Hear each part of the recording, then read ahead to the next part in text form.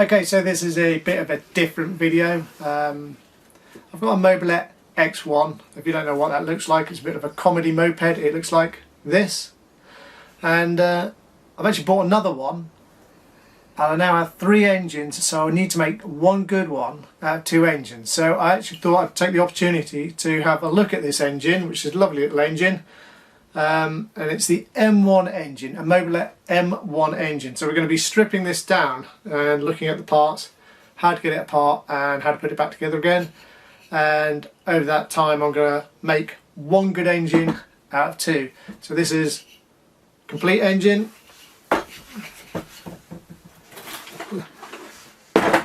And that's the one I've stripped down. So I'm just going to quickly explain about this engine before I start taking it apart. As I said, this is used in my X1, but it's also used in a Caddy. They class this 50cc engine as overhung crank, is that right? Overhung crankshaft.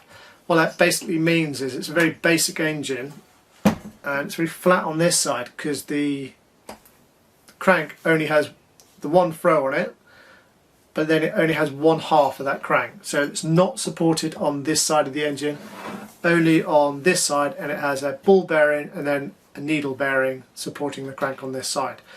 So to take this apart, the first thing we're going to do is undo this nut. So when you remove this clutch plate, you'll see the main shoes of the clutch here, but also on this plate you have these very lightweight shoes here as well, and these are the starting, let's just say this is the starting clutch. So when you turn the pedals to turn the engine over, you're actually turning this bit, but this bit freewheels, so that's not going to start the engine. However, I don't get how this works, Thomas. Okay, so we're just going to start this moped and just try to work out what the 2 clutches are doing. So you can see when I pedal, actually there's quite a lot happening when I pedal, but basically this part is turning. Now that's the part that has got the big clutch shoes in. So this is the bit that's turning, but this bit isn't actually engaging the engine because this is on needle bearings. So as you pedal, this is spinning and these are flying out. At a certain stage they will contact the outer plate on the inside, and that will cause this to turn as well. This is keyed onto the crankshaft, so as soon as you spin this quick enough, they will engage with this part, then this part will turn the engine over. So I'm just going to show you that. So at this speed you can see that pulley is turning, but this plate is not spinning.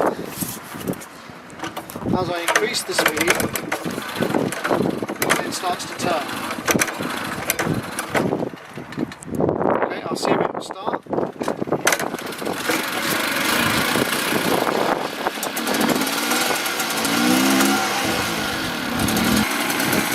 Okay, so with the engine running, you can see this outer plate is now turning. With me putting my foot on the wheel to stop that turning, that stops this turning, stops the pedals turning, but also stops this bit turning. So once you've undone this clutch plate, it gains access to basically 2 clutch parts, or 2 separate clutches. I've just had to start the moped to work out what's going on. I'll probably do another video to explain the ins and outs, but basically when you pedal, you spin this bit. This is not connected to the engine, this is on bearings, needle bearings. When you spin it quickly enough by the pedals, these will spin out. They're not very tight. That will engage the inside of this cover plate, and then this cover plate is keyed to the shaft down here. So you spin it quick enough, the clutch will engage, it will then turn this and it will turn the engine over. And once the engine's started, if the back wheel is not turning, this part will not turn. It will freewheel on the turning engine. This part will however spin with the engine. and then as you increase the revs, everything will start to turn and you'll engage the drive to the pulley will then drive the chain will then drive the wheel. It's really quite complicated. Anyway, so let's carry on with the strip down. We've taken this off, so now let's undo this circlip and take this clutch plate off.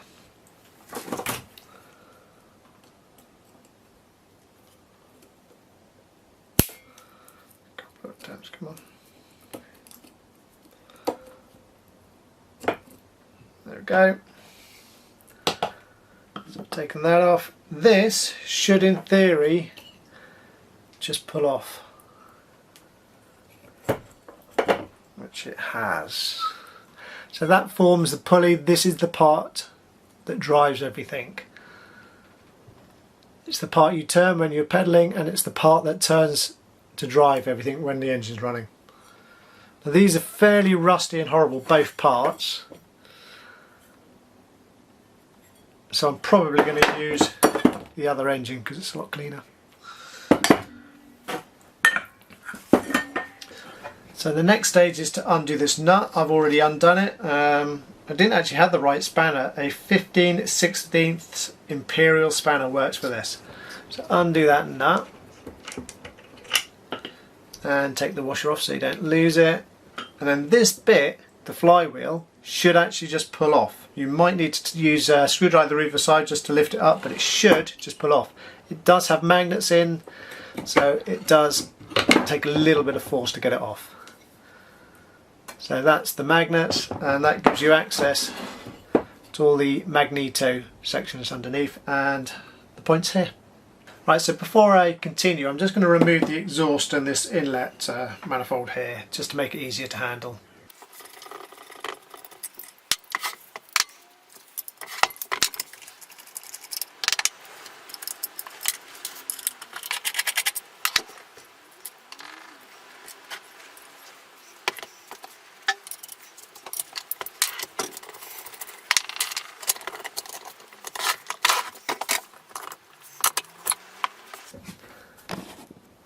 So that's the exhaust removed. To do that you're going to need a 12mm socket for this clamp here, and where it goes onto the manifold you need a 7mm socket.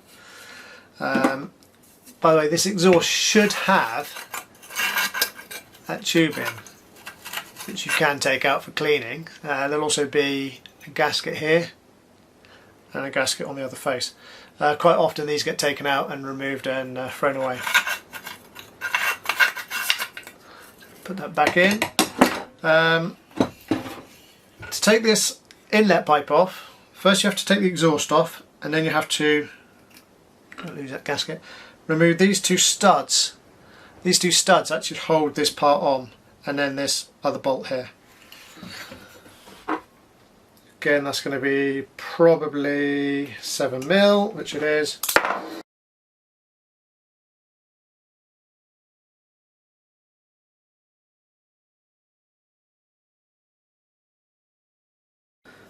Okay, so that's the inlet manifold off. And just so I don't lose it, I'm going to take that gasket off there. So once you get to this stage, you can gain access to some important parts. You've got the breaker there, and you've got the condenser, and then you've got the two coils here. Now if you want to go further, the next part to take off is this cam here, and to take that off you're going to need a puller, but it's also worth noting that that does not have a key or anything like that. As soon as you pull that off, it's on a taper. As soon as you pull that off, that's your timing lost, and then you'll need to reset all the timing. Also, it is very hard to get off. Unfortunately, I need this bit, so I'm going to have to pull it off, and I've already worked out a way to do it. So for that, I'm going to use a hydraulic puller. So to remove the breaker cam, I've got this hydraulic puller, and this works really well. However, what you'll find is this breaker cam here has tapered sides on the underneath, so the more force you put on, these will have a tendency to move away, and then they'll ping off. So what I've done in the past, which I wouldn't recommend but I'm going to show you, is I've drilled these two holes and then I reinforce it with 2 plates. Now I had to do that to remove a drop arm off a VW camper, so that's my excuse. But I'll put this all together and show you how it works.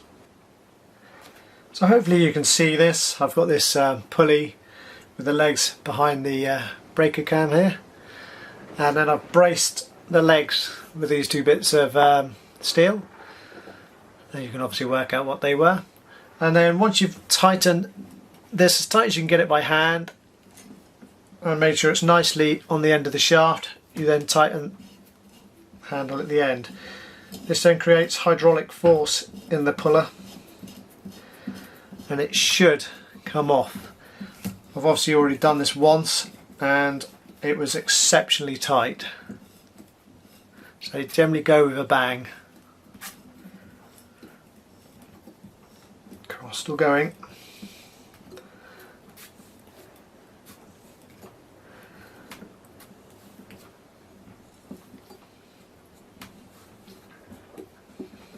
Come on. Yeah. Any minute now. There you go. So it went with quite a bang, but there you go. That's the items come off, and no damage. A little mark where the leg was maybe. So that's now off. So you may have noticed I had to undo the 2 coils to get the legs of the puller in. This one you can actually remove fully. There's one, this terminal here goes to the breakers.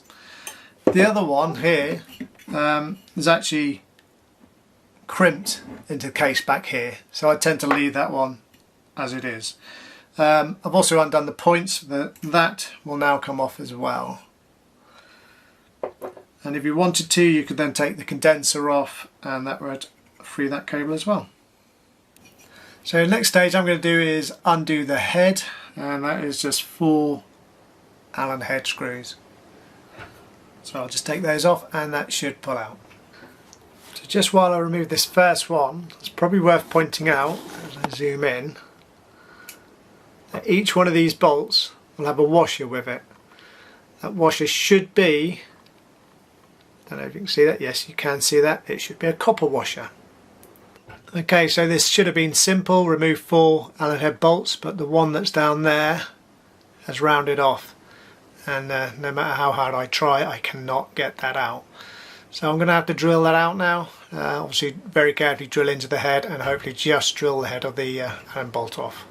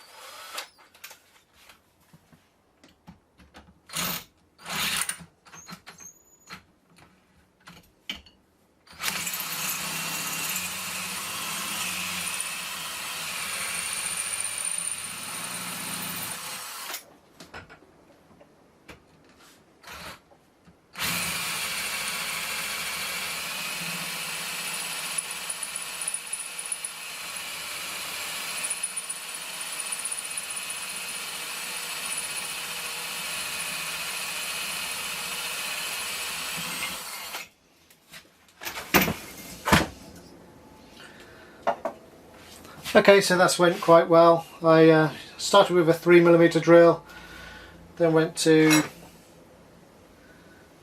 4mm, and then finished off with whatever that was, probably 6 I'm guessing. A 6mm. And that's worked quite well. Obviously it has destroyed the Allen head, but that's what you wanted to do. You wanted to get nicely through the middle of that, so you avoided damaging anything else.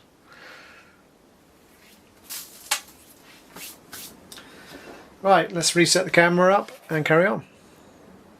Oh, to remove this I'm probably just going to use mole grips on it.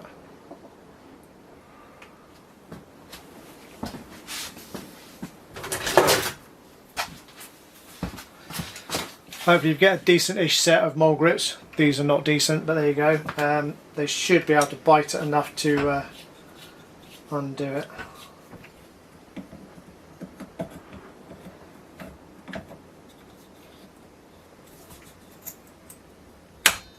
Yeah. Also, you want to try to avoid damaging that surface where the gasket goes. Right, so there you go, that was actually not too bad. So let's have a quick look at the head. Not a lot to say here really. You've got the decompressor valve there, and that decompresses to that hole there and then down into the crankcase. So you want to clean all the carbon off here. If you want to take this decompressor valve out, it has a slot in it, but that's more for grinding it in. To actually remove it, you go on this side, hold this section here with long nose pliers, then undo that nut, then you should be able to twist it out. I'm going to give that a go now just so you can see. 7mm again, let's put those nicely in there. Can I undo it? Yeah.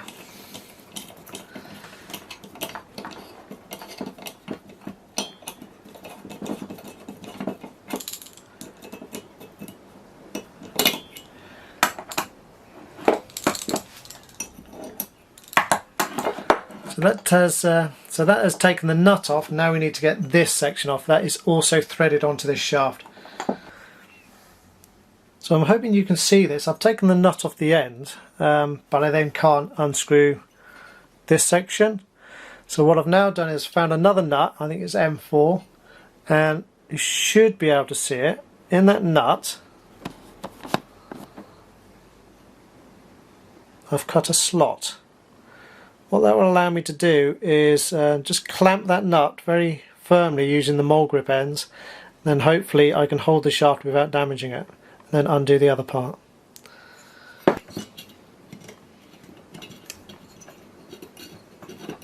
Yeah.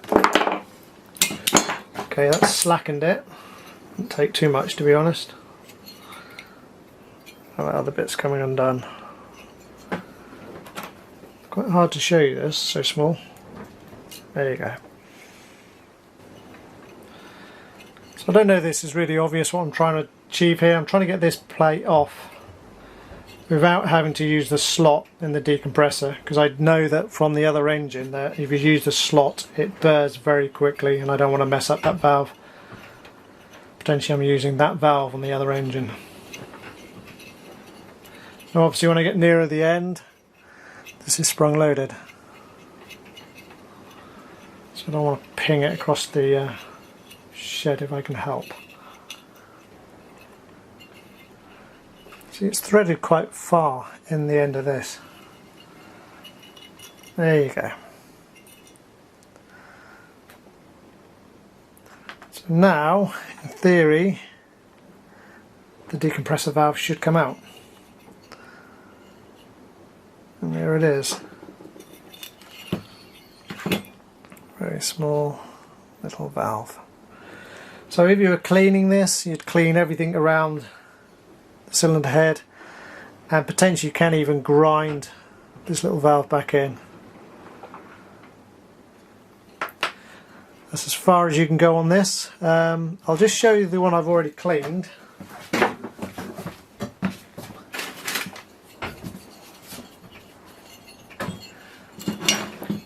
Spark plug actually sits in what looks to be a brass threaded insert. Right, so we're now going to take the cylinder off. I'm using a Allen key for that. I'm actually using a standard Allen key without a ball joint. I think if you use a ball joint on this you might find you'll round the heads or round the Allen section off in the head. So make sure that fits nicely, and then to give yourself some purchase I'm using a spanner on the head. Ooh, that is tight, but it has come undone.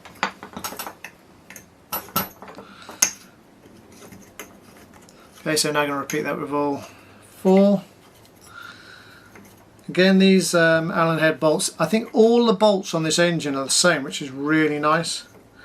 But all of them have that copper washer under them. washer's got stuck in there, so I'm going to make sure it comes out so I don't lose it.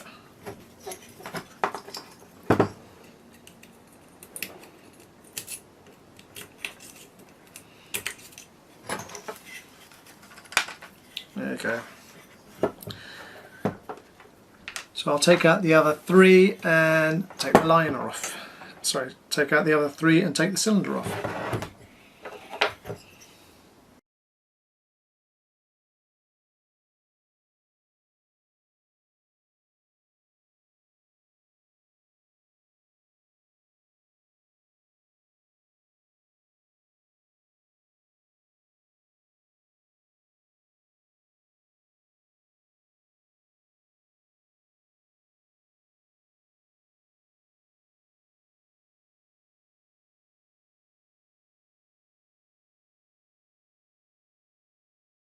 So the 4 bolts are out. We should be able to get this cylinder off. There will be a gasket under there. It will be a paper style gasket and it will probably rip. There we go, that has come apart. Very carefully pull that out. There's quite a lot of oil in there, which is a nice sign. And the piston is looking quite clean. So there we go. That's the cylinder and that's the piston. Okay, looking at that, this one looks to be better than the other one, which I've already cleaned up, so I'll probably use this one. So the next stage, I'm going to undo these and take off this half of the crankcase. As I said earlier, this has only 1/2 to the crank, so as soon as we've taken this off, we will be able to take the conrod and the piston off.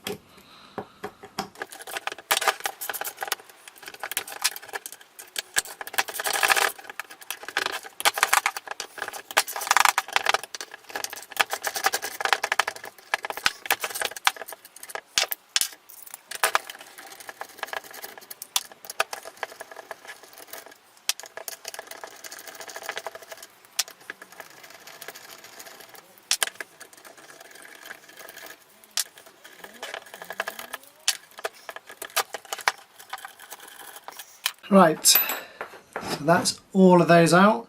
So this half of the crankcase should be able to split. There is a little section here and a little section here that allow you to drift it away. If you get a nice little spanner like that, you should be able to get the jaw of the spanner under and just lift it up. Again, there's a paper gasket on this. So there you go, that's come away quite nicely. So that's your 2 halves. And that gives you access to the crank.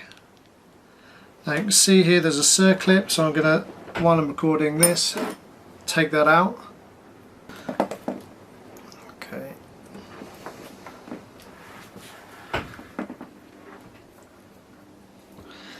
So with something like this, I'm going to put my finger over there and try not to trap it, just stop it pinging, because I don't want to lose it.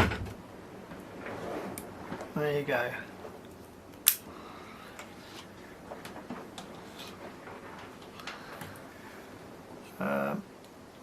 So the sequence now, can I zoom in any more? A little bit more. There is a washer.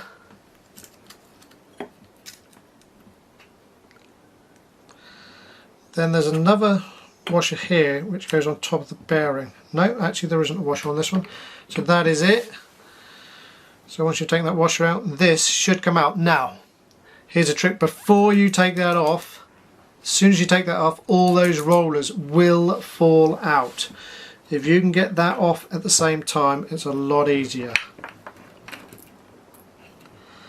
I kind of didn't really manage that there, but I did avoid throwing them all over the garage floor. So that's what you've got. You've got the conrod and you've got this cage with all these rollers in. So make sure you don't lose them. It should be 12. Everything's nice and oily, so I'm quite pleased with this engine. Now this piston has 2 piston rings and they're located by these little pins here. There's one there and one there. So I have got some new piston rings, so I'll just choose whichever piston I think looks the best. I think it's going to be this one. Clean it up and then reuse everything. Right, so one of the last things I can take out is the crank, but before you start smacking it to take it out, just turn it and uncover this screw here. That is actually retaining the bearing, so you need to undo that screw first. Again, I learnt this by mistake. I actually just managed to take the head off the screw on the other engine.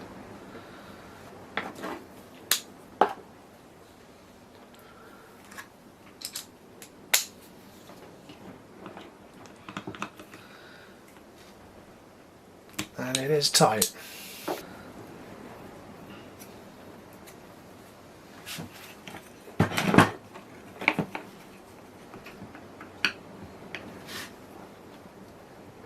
I don't think I'm going to be able to do that without damaging it.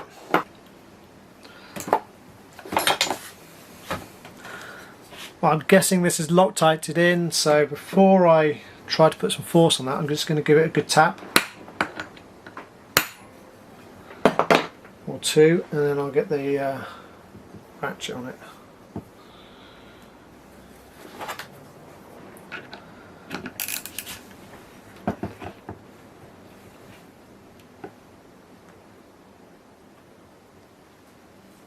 I still can't do it.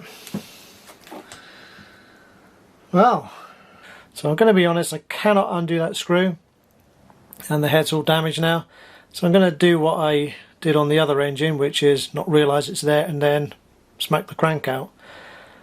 So I'm going to do that, and then hopefully that screw will be loosened by the fact that there's no crank there. Okay, so the crank is out, and you can see this main bearing here. I think it's a special bearing to resist the petrol, so I wouldn't mess with it. There's also a shim on that crank there, which goes just before the needle bearing, which rests on that shaft there. I have messed up that screw fairly badly in there, so I'm going to leave that for the moment until I split these two halves, and then hopefully I'll be able to drill it out from behind. Okay, so the last bit of this strip down is to separate these two last bits. So there's 3 iron head bolts. And again, they've got copper washers. These are the only 3 that are a different size to the other ones. So they should all come out.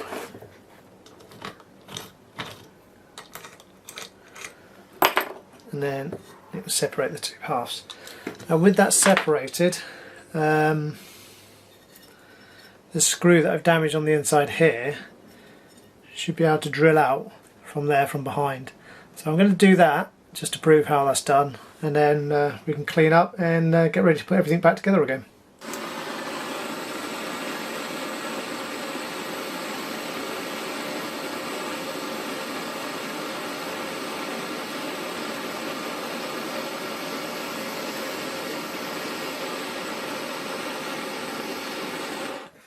So just used a little bit of heat to try and break the seal. I'm guessing that screw was Loctited in, so that should have helped. So I've cleaned up the back, I've given it a little bit of heat, and done a dot punch on the end of the screw, so hopefully you should be able to drill it out. This is a 2.5mm drill.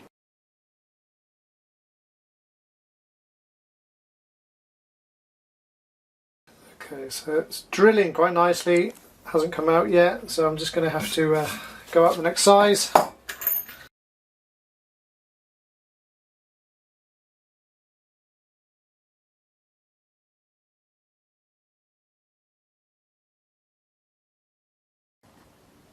So I've managed to drill a hole all the way through that. It's still not budged, so I'm now going to get the next size up drill. Okay, so this is the final attempt. I've just given it a bit more heat before I go with the last drill, which is 3.5mm.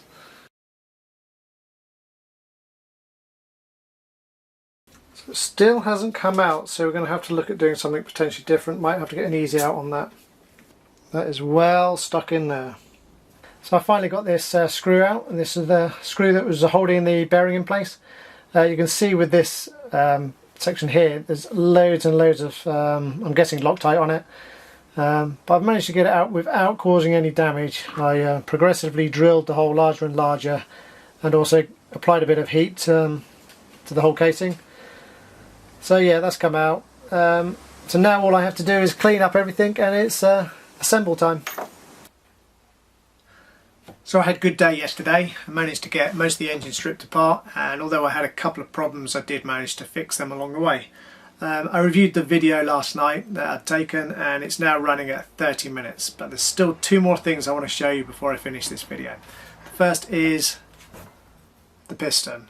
All I want to show you here is how you remove the piston rings. So I'm now going to do that. I'm going to zoom in so you can see what I'm doing.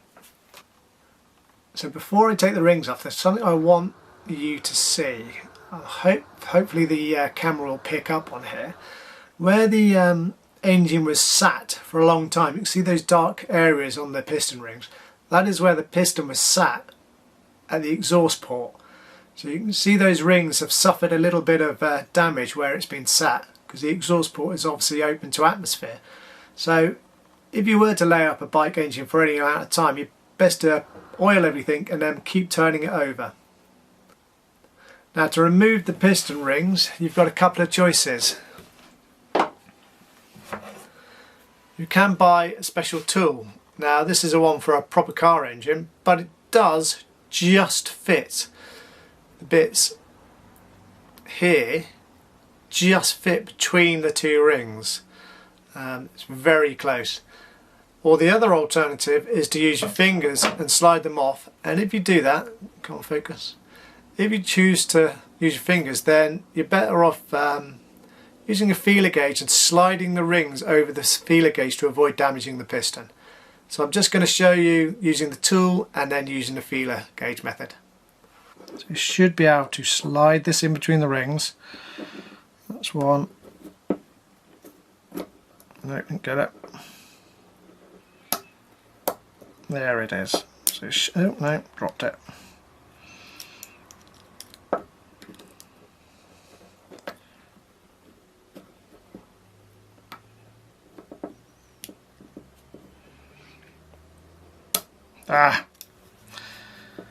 As you can see, this is quite fiddly. I think it's probably better doing it with your fingers. There we go. So I pinged that across the shed, but at least it got off, and hopefully that won't have caused any damage. What you want to try and avoid doing is damaging in between the rings. So the other one I'm going to do with the feeler gauge. All you really want to do here is lift one of the rings up.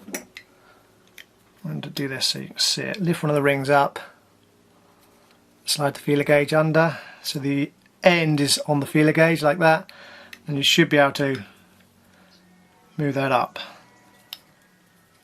and out of the way.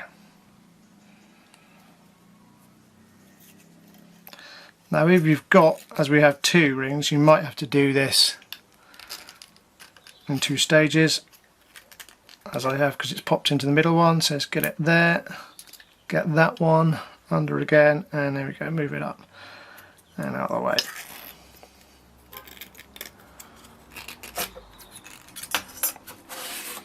And just finish that off there again. So there you go, that's both rings off. So the last thing I want to show you is how to remove this bearing if you needed to replace it. Now obviously I've got 2 cranks and 2 bearings to choose from, and this is by far the worst out of the 2. In fact, the other one's really quite good condition. This one you can actually hear the bearing isn't very good. It's dry, which means it's lost its grease, and once it gets dry it can start to wear quite quickly. You can actually hear it.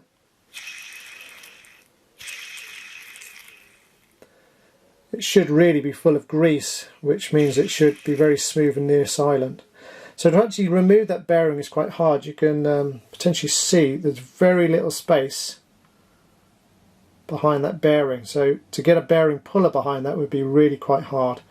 And I don't actually have a bearing puller, so I'm going to show the destructive method of removing this bearing. But the first thing I'm going to have to do before I get the grinder on it is to mask up any areas I don't want to risk damaging. And you've got to realise there is a bearing surface here, bearing surface there, and a bearing surface there. So all I'm going to do is put loads of insulation tape over that, and then I'm going to attack the bearing with an angle grinder. So there you go, you can see I've masked up all the areas I don't want to risk damaging. I've taken off the circlip that was there, although I should have probably taken that off before I put the masking tape on, and then I've clamped everything in a vise, including the bearing, so it doesn't turn. And what I intend to do is just get an angle grinder and cut here and here, and break the outer race into two. So I don't know how well this will record, but let's try and carefully cut these out.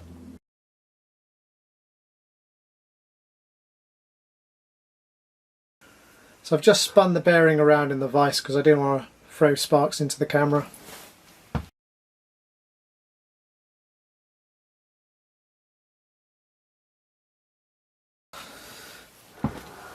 So as you can see, that has worked. The bottom half has already fallen off, and there's a couple of balls as well come out. So being careful that this is still going to be hot.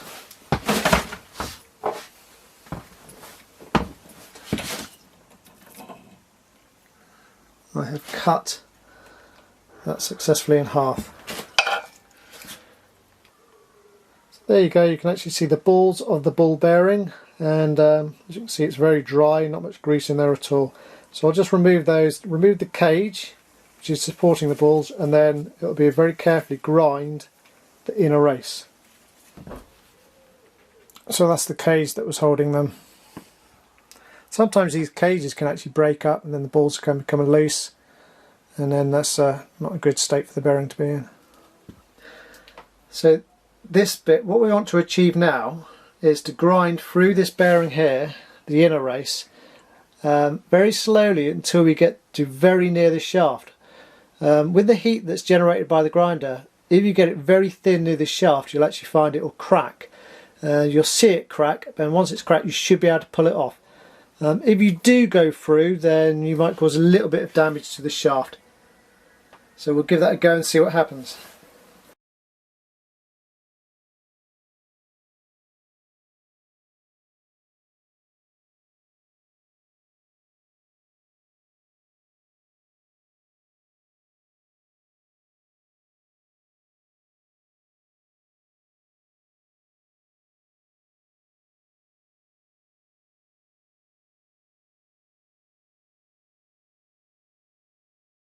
So I'm actually taking this nice and slow so I don't risk damaging the shaft underneath there. Haven't got through to it yet, so I keep going nice and slowly.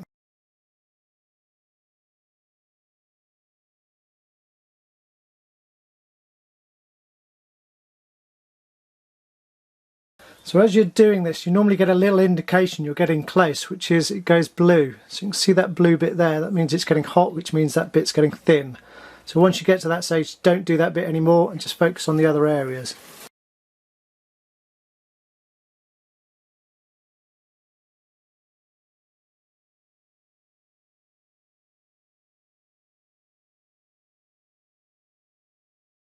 You can actually see now that I have just slightly nicked it there, so I need to be careful.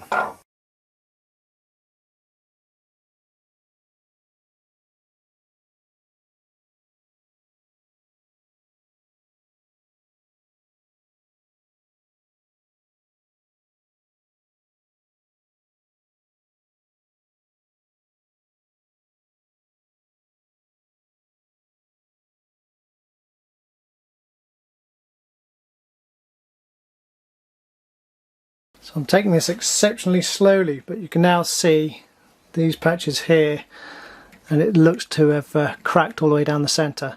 So that is the case. I should be able to hit it, it should turn. Yeah.